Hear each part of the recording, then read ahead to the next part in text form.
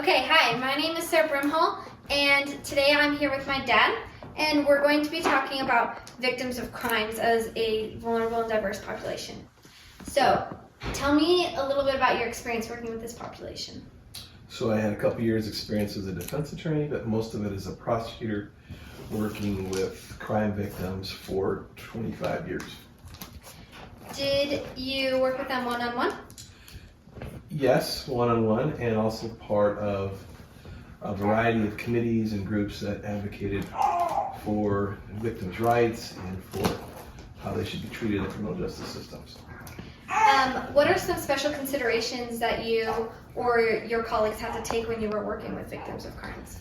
From a criminal law standpoint, one of the biggest things was to understand the ways that victims perceived and communicated about crime that they'd been subjected to.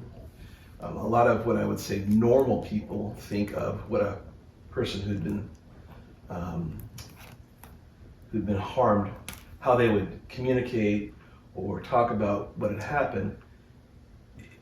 Normal, I think people that don't have a lot of experience with that population expect one thing to be the truth, or how a person would express the truth, that actually found it to be a lot different with people that had been seriously harmed as victims of crime.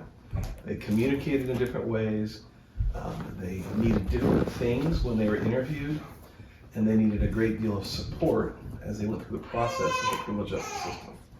How would you interview somebody who's been a victim differently than someone who isn't? Well, first of all, we tried to find, we had specialists that were trained in specifically interviewing those types of victims. So we would pull from those specialists and have them do a lot of the more serious interviews. But even as prosecutors, when we interview victims, we had to be a lot more sensitive to the trauma that they'd endured, even more than a regular victim. And we also had to be... Are you talking victims of sexual crimes versus victims of other crimes? More of sexual crimes, yeah. Some victims of regular crimes didn't have the same level of trauma. In fact, I would say, generally speaking, unless it was a violent or sexual offense, those other victims generally didn't have the same type of trauma that they had to deal with.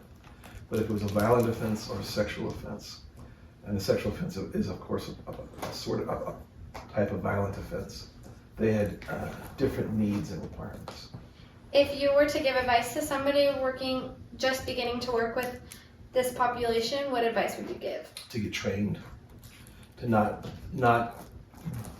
you can do it without a lot of training. You can go in and just be supportive. But if you want to go beyond being supportive and actually helping them or interviewing them, you really need to get training on how the trauma affects those types of victims, what their needs are, and how they can communicate what happened to them.